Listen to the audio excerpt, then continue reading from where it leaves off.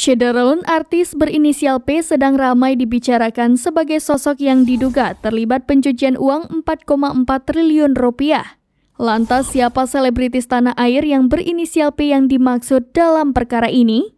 Nama aktris Prilly Latukonsina pun langsung dikaitkan dengan sosok yang diinisialkan P, namun Prilly Latukonsina menepis isu ini.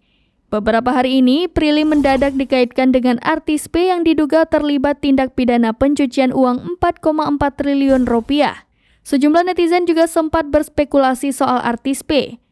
Hampir bersamaan dengan itu, Prilly Latukonsina juga diberitakan memiliki bisnis pet shop seperti ciri-ciri yang disebutkan. Prilly Latukonsina pun tak terima disangkut pautkan dengan kabar itu. Ia pun mengklarifikasi lewat Instagram Stories dan menegaskan tak pernah memiliki bisnis pet shop sama sekali. Tak hanya itu, selebritas Lala Gunawan prihatin atas hoaks yang menimpa sahabatnya Prilly Latukonsina yang disebut punya bisnis pet shop. Menurutnya, pemberitaan itu tak masuk akal mengingat Prilly Latukonsina takut dengan kucing.